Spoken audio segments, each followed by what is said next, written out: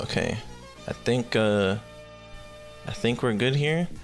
Hi, it's me, Editor Reptile, aka Future Reptile, aka I don't know, but that doesn't matter. The reason why I'm here talking to you guys right now before this video starts, this should be for the why am I blinking out? Anyways, that's besides the point. Basically, I just want to say thank you for, I think, what are we at now? It changes every time I check, man. Yeah, the medieval junk food video. Oh my god. All right. The medieval junk food video is at 1.5k views now. Yeah, I never thought that was gonna happen. I'm gonna be honest. I made that video with the intention of broadcasting it to like nobody, because that's exactly what I was doing before, uploading videos to literally nobody. I'm in my new space. I was moving, so yeah, I actually recorded like 3 more videos after that one. I think what I'll start doing is record like 1 video a week. I think that's what I want my schedule to be, like uploading a video. I'm gonna try and do it every Friday, as frequently as I can. I got a lot of other stuff going on, like I'm also a musician and I just do like a bunch of other random shit as well. I want to try and get back into streaming too. The Twitch link should be in the bio for the videos. If not, I apologize, it'll be there eventually. But yeah, like I've been getting a lot of supportive comments, and I just really want to take the time real quick before this video starts to say thank you to all of you who flooded in thanks to the YouTube algorithm. I was recommended by my friend and one of the people in the comments that maybe I should stop swearing as much, and to that I say no. I will continue to swear as much as I want, but what I'll do is I'll just take out the bleep sounds. I like using the Dragon Ball punch, but if it's bothering a couple people, I don't mind, pandering a little bit. Let's meet a common ground. So no, I will not stop swearing, but I will remove the sound and it'll just be no noise when I swear. But yes, I am from the future. Thanks again for the 1.5k. We're on the way to 2000. Let's do it. Let's come up with a name for our group, our squadron, and be seeing you guys in the future videos.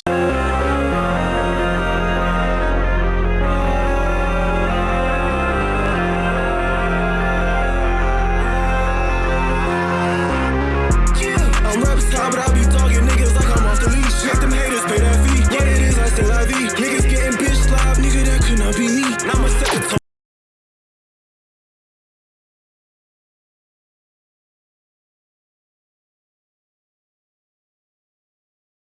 Okay, there we. All right. All right, YouTube, I'm sorry, bit of a hiatus. I'm back. I don't know for how long though. Yeah, that's pretty much how that's gonna go. All right, so today, another video, another thing where I'm watching a thing. I never know what to say when I'm Bro, I never know what to say when I make these videos, and I never know what to say. The intro is always different, except for like my sick ass intro. You know what I'm gonna start doing? This is gonna be said after the fact, but Future Reptile, put in the music, put in some new music. Let's start putting snippets of the shit that I'll be working on for the intros. Shout out to Lil Yachty for that idea. A Safe Place is a very good podcast, very funny podcast. No, really though, we're watching a video today. We're watching a video today about exactly how much was lost when the Library of Alexandria was burned. Holy shit, I am already 2 minutes into recording. I have spoken for the entire duration of 2 songs by some artists, maybe even 3. All right, it's a short video, but we're gonna watch it. We're gonna talk about anything that I feel like we need to talk about. I'm gonna try and finish my cereal over here. So, yeah. According to a medieval legend, the Library of Alexandria was destroyed on the orders of the Caliph Omar. There were so many books, the story goes, that the only way to dispose of them was to use them as fuel in the city's 4,000 bathhouses. So, into the furnaces they went, day after day. Wait. There were so many books, the story goes, that the only way to dispose of them was to use them as fuel in the city's 4,000 bathhouses. All right, I just had to make sure I heard that right. 16 seconds in, this is record time. Actually, this is not record time. Record time is still sub like 7 on the Honey Bun video. But man, oh man, how stupid. Alright,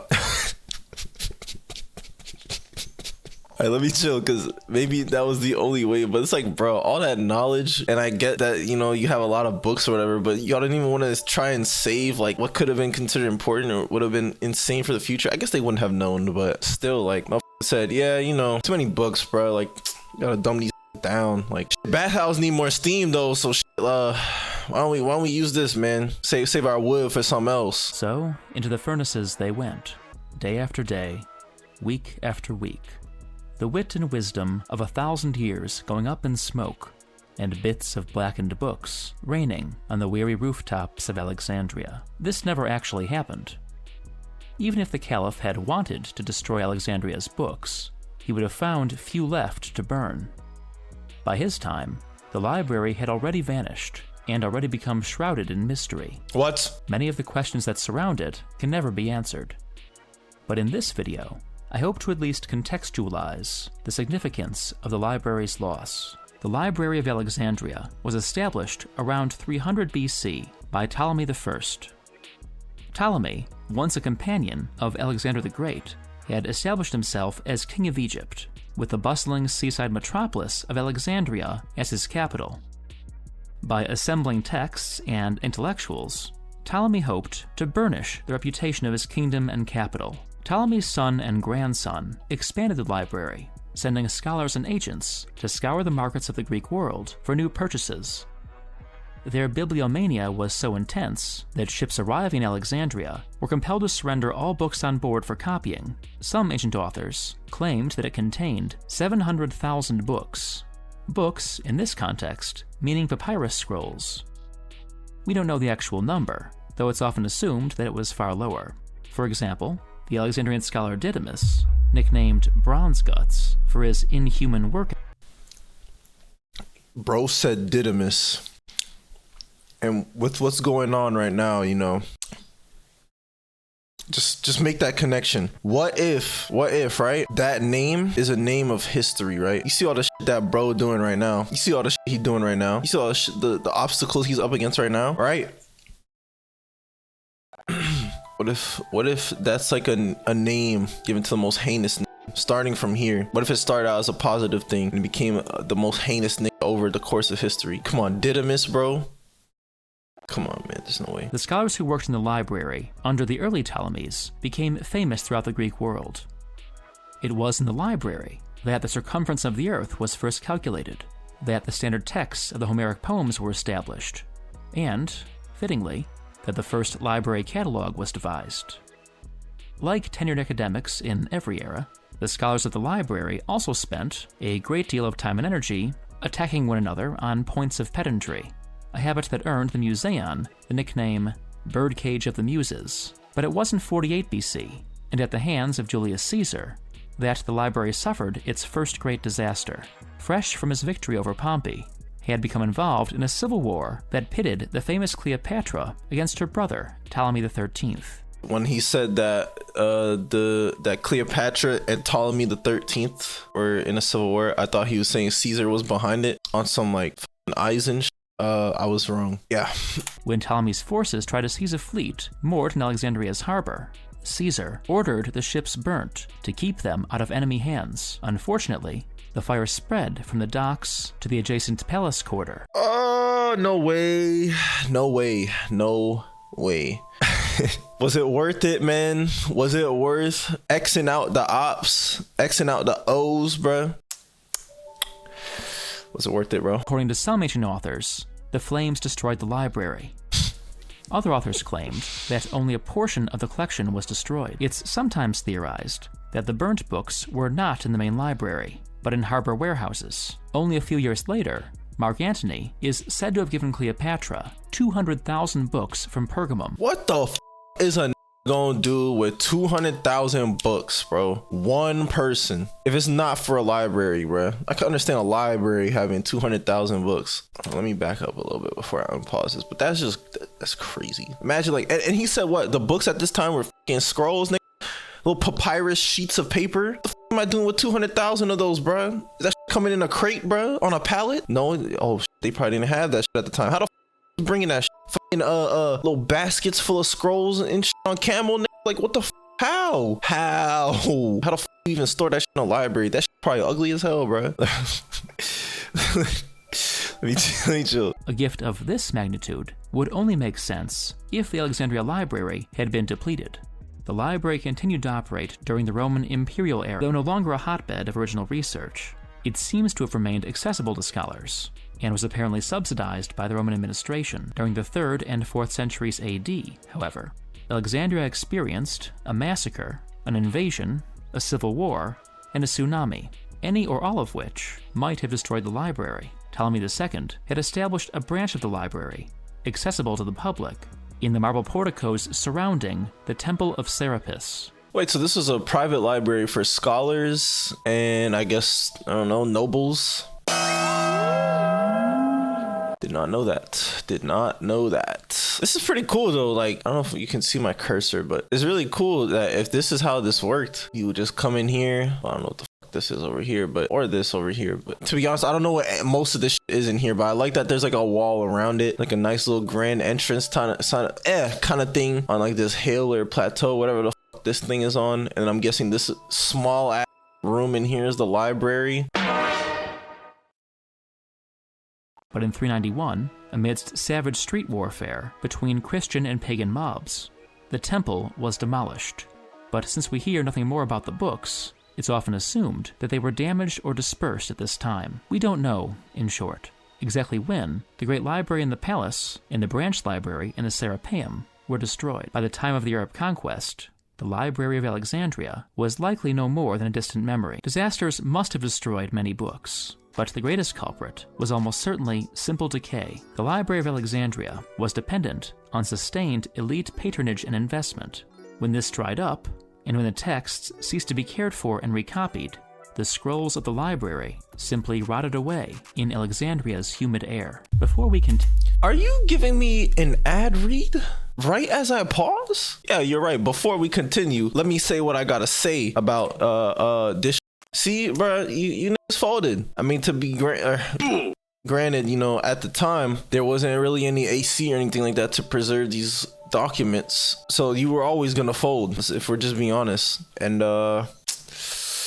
yeah, man, so, that's all I want to say. This shit got cooked. How much was lost with the Library of Alexandria? And how significant were these losses? The Library of Alexandria was not the only library in the classical world. Only the most obscure works in the Library of Alexandria would have not been represented by other copies elsewhere. It's only because the Library of Alexandria's decline was symptomatic of the more general decline of classical culture. All the ancient world's libraries fell into decay at the same time that so many works were lost in late antiquity. You see what I'm saying? This is exactly how I imagine it. Ugly as hell, bruh. This shit looks like a mail storeroom. I've never seen one of those, but I'm just gonna assume that.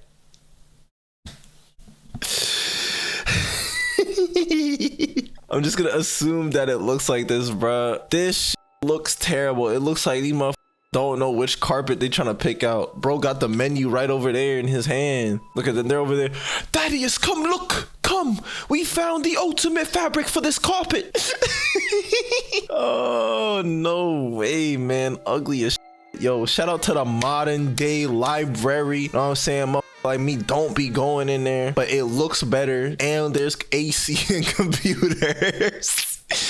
all right, let me finish. The destruction of the Library of Alexandria set civilization back by centuries. This is a wild exaggeration. The scrolls in the library did not contain the bases, as is occasionally implied, for great advances in science and technology. Although there were certainly many works of mathematics and physics in the library, the most important of these were widely disseminated elsewhere. What perished with the library were, overwhelmingly, lesser-known works of literature and philosophy, commentaries and monographs, all the residue and introspection of an extremely sophisticated literary culture. All right, yeah, if you enjoyed this video, thank you, Told in Stone. Yeah, there's his Patreon. Maybe there's more stuff there that you guys might want to look at. All right, so yeah, that's gonna be that. Yeah, I hope you guys enjoyed this video. It's gonna be a short one, I'll tell you that much.